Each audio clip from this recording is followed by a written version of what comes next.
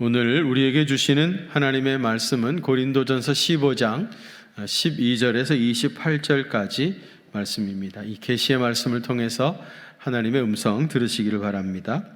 그리스도께서 죽은 자 가운데서 다시 살아나셨다 전파되었거늘 너희 중에서 어떤 사람은 어찌하여 죽은 자 가운데서 부활이 없다 하느냐. 만일 죽은 자의 부활이 없으면 그리스도도 다시 살아나지 못하셨으리라. 그리스도께서 만일 다시 살아나지 못하셨으면 우리가 전파하는 것도 헛것이요 또 너희의 믿음도 헛것이며 또 우리가 하나님의 거짓 증인으로 발견되리니 우리가 하나님이 그리스도를 다시 살리셨다고 증언하였습니다. 만일 죽은 자가 다시 살아나는 일이 없으면 하나님이 그리스도를 다시 살리지 아니하셨으리라.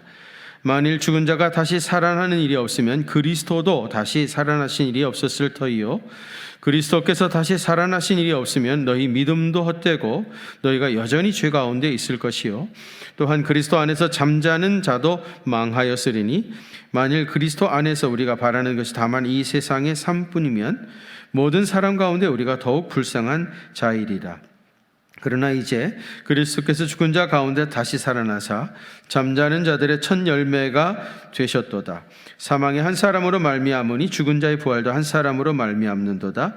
아담 안에서 모든 사람이 죽은 것 같이 그리스도 안에서 모든 사람이 삶을 얻으리라. 그러나 각각 자기 차례대로 되리니 먼저는 첫 열매인 그리스도요 다음에는 그의 강림하실 때에 그리스도에게 속한 자요 그 후에 마지막이니 그가 모든 통치와 모든 권세와 능력을 멸하시고 나라를 아버지 하나님께 바칠 때라. 그가 모든 원수를 그 발 아래 둘 때까지 반드시 왕노릇 하시리니 맨 나중에 멸망받을 원수는 사망이라. 만물을 그의 발 아래 두셨다 하셨으니 만물을 아래에 둔다 말씀하실 때에 만물을 그의 아래에 두시니가 그 중에 들지 아니한 것이 분명하도다. 만물을 그에게 복종하게 하실 때에는 아들 자신도 그때에 만물을 자기에게 복종하게 하신 이에게 복종하게 되리니 이는 하나님이 만유의 주로서 만유 안에 계시려 하심이라. 아멘. 16세기에 프랑스에서 일어난 문해운동, 르네상스 운동이죠. 이 르네상스 운동이 인류의 철학사의 방향을 바꾸어 놓는 분수령이 되었습니다. 르네상스는 중세의 교황과 교권의 중심에서 벗어나서 인간 중심의 세상을 만들겠다고 생각했습니다. 그래서 이 운동의 핵심은 인간다움으로 돌아가자 그렇게 선언을 하면서 구체적인 방법론으로 제시한 것이 이성 중심의 삶을 살라고 했습니다. 이 르네상스의 대표적인 학자들이 많이 있죠. 영국에서는 프란시스 베이컨이라는 분이 소위 경험론을 주장을 했습니다. 그는 인간이 경험한 것을 이성으로 이해하는 지식을 강조했던 사람이고요. 프랑스에서는 데카르트가 소위 이성 철학을 주창을 했죠. 그가 했던 아주 유명한 말이 있죠. 나는 생각한다, 고로 존재한다. 이성 중심의 세상을 만들어 간다. 그런 얘기를 했고요. 독일에서는 임마누엘 칸트나 헤겔 같은 사람들이 소위 말하는 관념론을 주장을 했습니다. 이들은 이성 중심의 합리주의를 강조했던 사람들입니다. 이와 같은 문예 부흥은 한마디로 인간의 이성을 절대화하려고 하는 경향을 보였습니다. 인간의 이성으로 이해할 수 있는 것만 지식이라고 해서 가치를 부여했고요. 합리적으로 납득할 수 있는 것들만을 받아들였습니다. 이것을 이성적 지성주의라 그렇게 말했습니다. 오늘 많은 사람들이 이 이성적 지성주의에 사로잡혀 있습니다. 그래서 이해할 수 없기 때문에 또 이성적으로 납득이 되지 않기 때문에 기독교 신앙을 믿지 못하겠다. 그렇게 생각하는 사람들이 상당히 많이 있습니다. 이 이성적 지식주의는 20세기에 들어오면서 그 폭이 더욱 좁아졌습니다. 소위 과학기술주의라 과학기술주의로 발전하게 되어지는데요. 과학이라고 하는 것은 눈에 보이는 세계만을 연구합니다. 이 가시적 세계를 연구해서 의미 있는 정보들을 찾아내고 그것을 실험을 통해서 적용을 해가고 우리 삶에 적용해가면서 과학이 발전하게 되어지죠. 오늘날에는 과학기술의 발달로 이 땅에 천국을 건설하겠다고 하는 생각들이 만연해지는 것 같습니다. 혹시 여러분들 중에 은연중에라도 혹시 이런 생각하시는 분 있습니까? 앞으로 과학이 더 많이 발전이 되어지면 인간의 모든 질병도 다 정복을 하고 인간이 영원히 죽지 않는 영생할 것이다. 그런 생각을 혹시라도 하고 계십니까? 이런 과학기술 시대에는 나는 믿는다라는 말을 더 이상 할 수 없는 말이 되어버렸습니다. 현대의 과학기술 시대에는 보이는 것을 자세하게 관찰하고 그걸 실험을 통해서 증명해내고 그래서 나는 믿는다가 아니라 나는 안다. 나는 확신한다라는 말이 의미를 지니는 시대가 됐습니다.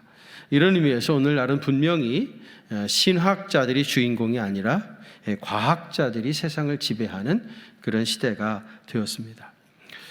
오늘 정말 많은 사람들이 이 과학기술주의에 사로잡혀서 믿음을 잃어버리고 있습니다. 눈에 보이지 않는 것, 과학적으로는 증명할 수 없는 것은 아예 알려고 하지도 않고요, 관심도 없고요, 믿지도 못하겠다고 합니다. 일본의 유명한 신학자이고 또 목사이기도 하신 우츠무라 간조의 아주 유명한 일화죠. 어떤 젊은 청년이 우츠무라 간조를 찾아왔습니다.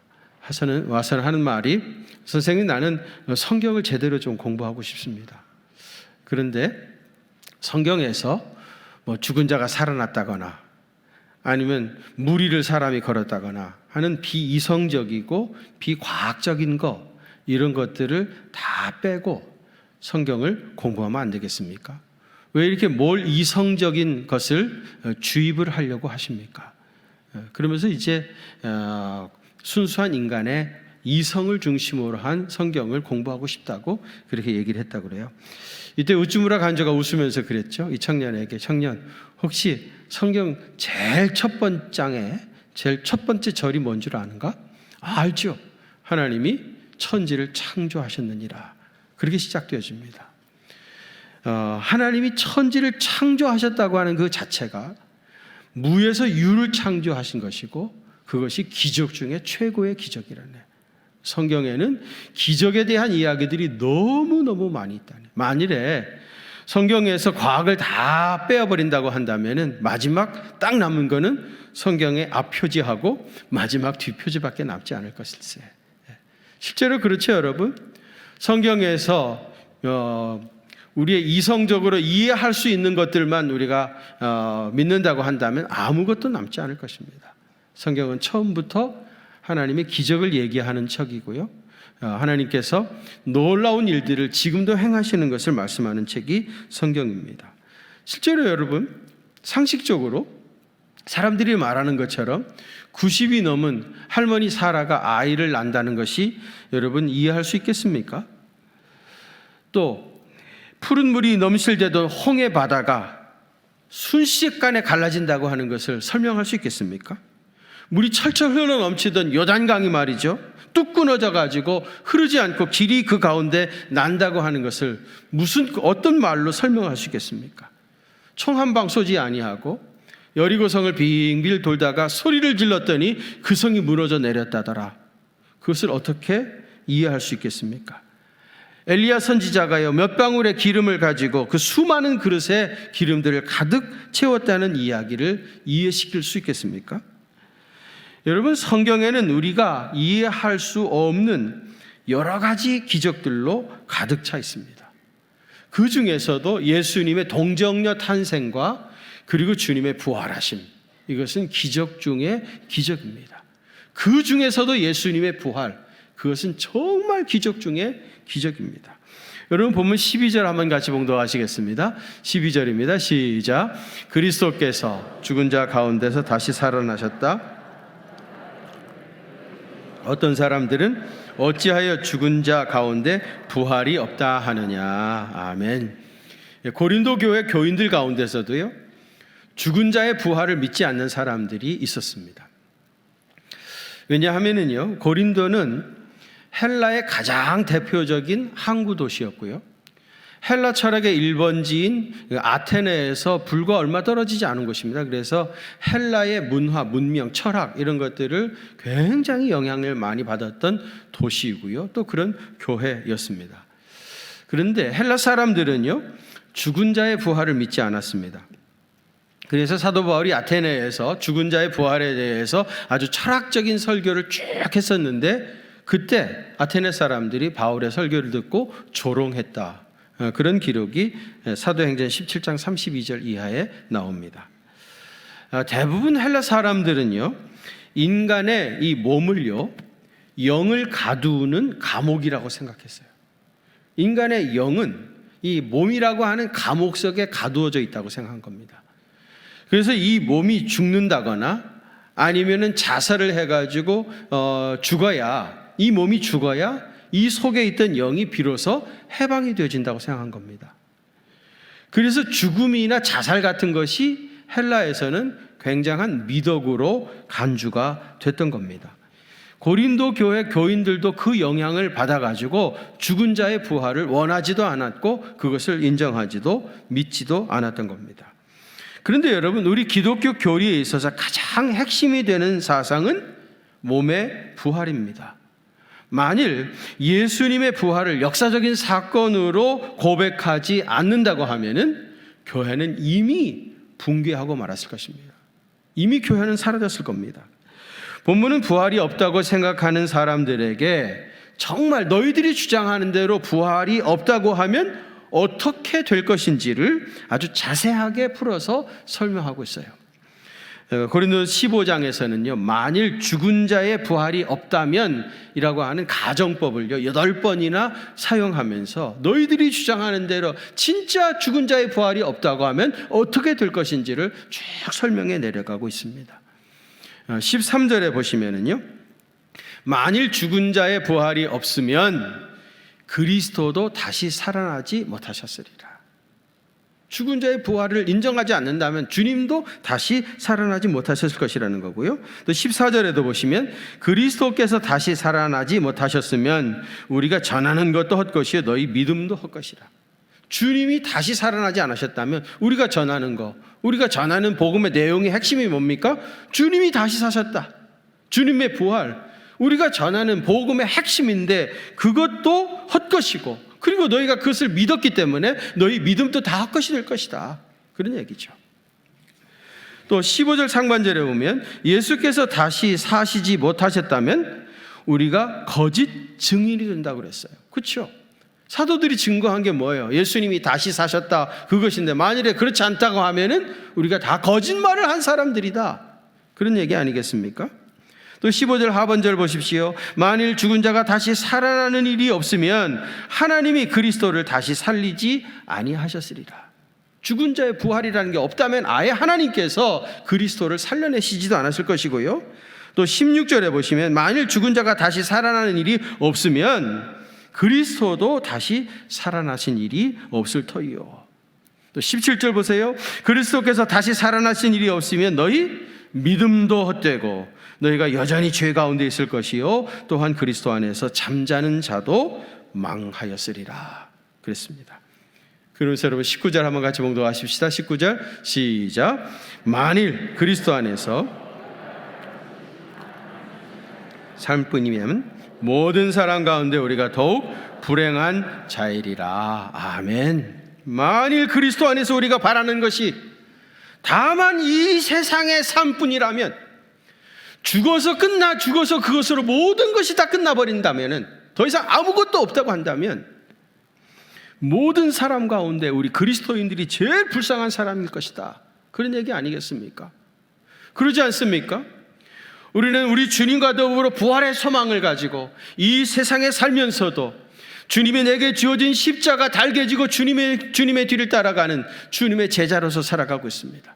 그 길이 벅차고 힘들고 어려웠고 소외되어지고 고통당하고 억울한 일들을 많이 담당한다 할지라도 끝까지 그 길을 가는 이유가 뭡니까? 그 길을 고집하는 이유가 뭡니까? 그 끝에 부활하신 우리 주님을 만나 뵙고 주님과 함께 영원한 천국에서 영생하는 이 소망이 있기 때문에 우리가 그 길을 가는 거 아닙니까?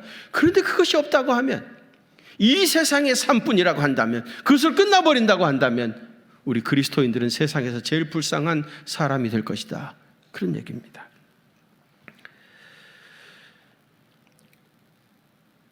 (20절) 말씀도 한번 같이 봉독하실까요? 시작. 그러나 이제 그리스도께서 죽은 자 가운데서 다시 살아나사 잠자는 자들의 첫 열매가 되셨도다. 아멘. 예수님이 잠자는 자들의 첫 열매가 되셨다.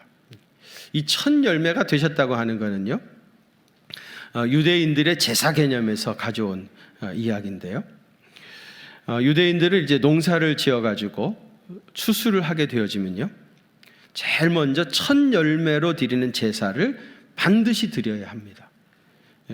예를 들면 보리를 농사를 지었다고 하면은 밭에 가서 보리 단을 한 움큼 이렇게 거두어 가지고요, 이걸 가지고 성전에 가요. 성전에 가가지고요, 망치 같은 것으로 연하게 보리 알갱이가 상하지 아니하도록 이렇게 톡톡톡톡 쳐가지고 보리 알갱이를 텁니다.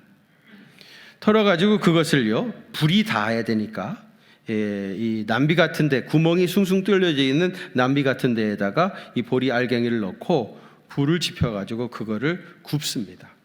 그렇게 되면 이제 껍질이 벗겨지겠죠. 그럼 이제 껍질을 채를 채워가지고 껍질은 날려보내고 보리 알갱이만 가지고 이거를 갈아요.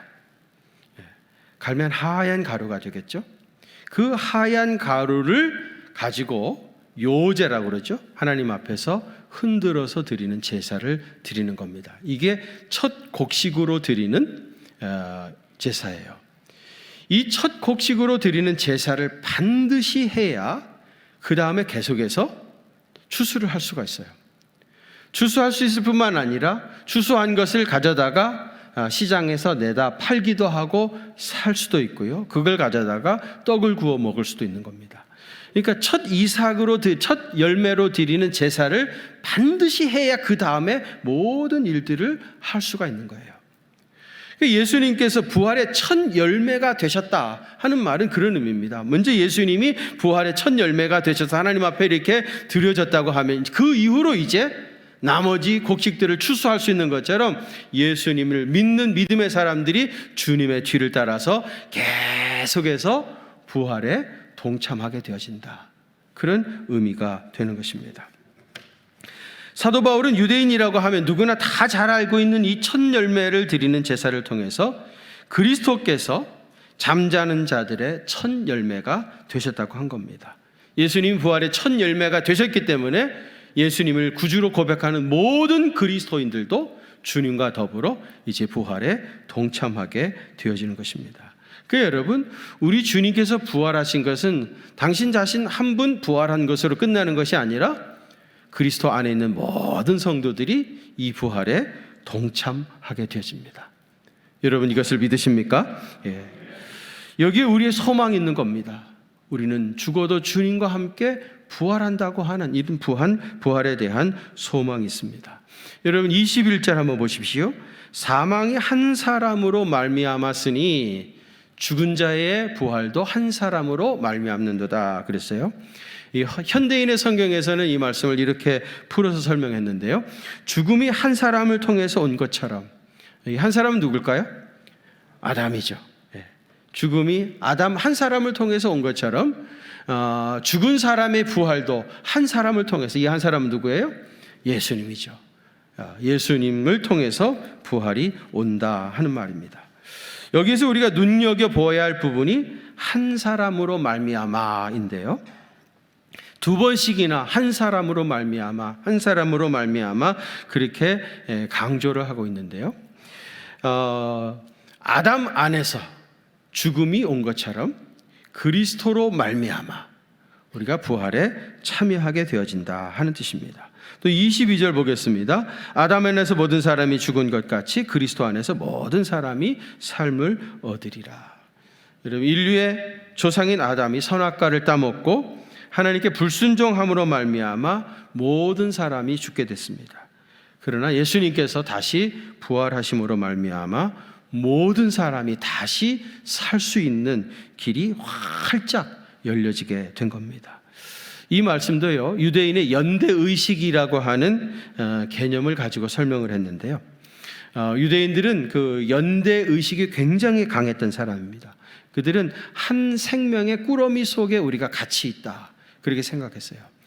그래서 아담이라고 하는 한 생명의 꾸러미 속에 같이 있기 때문에 아담이 지은 원죄만 우리가 받은 것이 아니라 아담과 똑같은 죄를 지었고, 그 다음에 아담이 죽은 것처럼 우리도 반드시 죽게 되어진다. 아담과 한 생명의 꾸러미 속에 있다, 그렇게 생각한 겁니다. 그런데 그리스도 안에서 예수님과 똑같은 생명의 한 꾸러미 속에 들어가게 된다는 거죠. 예수를 믿는 믿음으로 말미암아 아담의 생명 꾸러미에서 예수 그리스도의 생명 꾸러미 속에 들어가게 되진다는 거예요. 그래서 우리 주님께서 사망 권세 이기시고 부활하신 것처럼 우리도 주님의 부활에 동참하게 되어진다 하는 겁니다. 그러니까 진짜 중요한 건 뭐예요? 누구에게 속해 있는가? 그게 중요하죠. 아담에게 속해 있으면 결국 아담과 함께 멸망을 당하게 될 것이고요, 그리스도에게 속해 있으면은 주님과 함께 부활에 동참하게 되어집니다. 성경을 자세히 읽어보면은요, 복음서에 나오는 제자 공동체하고 그 다음에 사도행전에 나오는 교회 공동체가요, 같기도 하면서 다르고요, 다르기도 하면서 또 같은 그런 공통점들을 가지고 있어요. 우선 복음서에 나오는 제자 공동체, 여러분 너무 잘 아시는 이야기죠. 예수님께서 제자들을 일일이 다 택하셔 세운 사람들이죠. 자기가 제자 되고 싶다고 해가지고 제자가 될 수 있었던 건 아니죠. 한 사람씩 한 사람씩 주님의 부르심을 받고 배와 그물을 다 버려두고 모든 것을 포기하고 주님의 제자가 됐습니다. 우리 주님은 이 제자들을 3년 동안이나 데리고 다니시면서 함께 숙식을 같이 하면서 아주 밀도 높은 제자 훈련을 시키셨어요. 예수님께서 놀라운 능력을 행하시는 것을 가장 가까운 곳에서 그것을 목격했던 사람들이 제자들이고요, 그리고 예수님께서 많은 비유로 말씀을 하셨는데 그 비유를 다 풀어서 제자들에게는 따로 다 설명을 해줬습니다.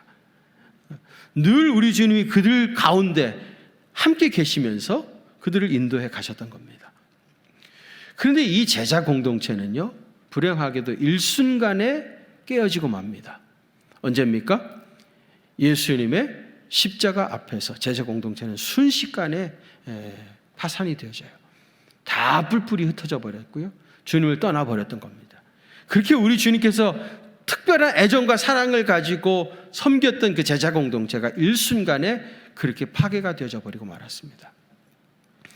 근데 사도행전에 가게 되어지면은 교회 공동체가 나오죠. 교회 공동체. 이 교회 공동체는 아까 제자 공동체는 12명이었는데 제 교회 공동체는 120명이나 됐습니다. 훨씬 더 숫자가 많아졌습니다. 그리고 그들은 서로 똘똘 뭉쳤습니다. 누구도 자기 것을 자기 것이라 고집하지 아니하고요, 서로 유무상통하면서 서로 친교하고 교제하고 떡을 떼면서 하나 되어지는 교회 공동체를 만들어 갔어요. 제자 공동체는 예수님께서 몸으로 함께 하셨지만은 교회 공동체에는 예수님께서 몸으로 그들과 함께 하지 않으셨습니다. 그들은 실제로 예수님을 볼 수도 없었습니다. 어떻게 보면 이쪽 제자 공동체가 훨씬 더 강력한 결속력을 가질 것 같은데 실제로는 교회 공동체가 제자 공동체와는 비교할 수 없는 엄청난 영향력을 가지고 있었고 굉장한 파워를 가지고 있었습니다. 도대체 그 차이가 뭡니까? 딱 한 가지입니다. 예수님의 부활입니다. 제자 공동체에서 교회 공동체로 넘어가는 그 중간에 뭐가 있었습니까? 예수님의 부활 사건이 있었던 거죠. 제자들이 부활하신 예수님을 배웠고 그리고 전혀 다른 사람으로 바뀌어져 버린 겁니다. 그리고 예루살렘 교회를 만들어 갔던 것이고요, 그들은 하나 되게 하시는 성령 안에서 완전히 하나가 되어서 능력 있게 그리스도의 복음을 전파하고 하나님의 교회를 세워갔던 거예요. 그리스도의 부활, 그것이 능력입니다. 예수 그리스도의 부활을 신뢰하는 사람과 그렇지 못한 사람은 완전히 다릅니다. 예수 그리스도의 부활을 믿는 사람들은 교회 공동체 같이, 초대교회 공동체 같이 아무것도 없는 것 같지만 엄청난 핍박과 박해가 몰려온다 할지라도 능력 있는 그리스도의 제자가 되어서 하나님 나라를 확장하는 일에 값지게 쓰임받을 수 있게 되어집니다. 여러분, 사람들은 죽음 앞에 서게 되어지면 제각기 다른 반응을 하게 되어진다고 그래요. 나폴레옹 같은 경우는요, 죽는 순간에 이렇게 중얼거렸답니다. 내 조국 프랑스, 충성스러운 군인들, 그리고 내 사랑하는 아내 조세핀, 그리고 죽었다고 그래요. 자신이 가장 사랑했던 세 가지를 중얼거리면서 인생을 아쉽게 마감한 사람이 나폴레옹입니다.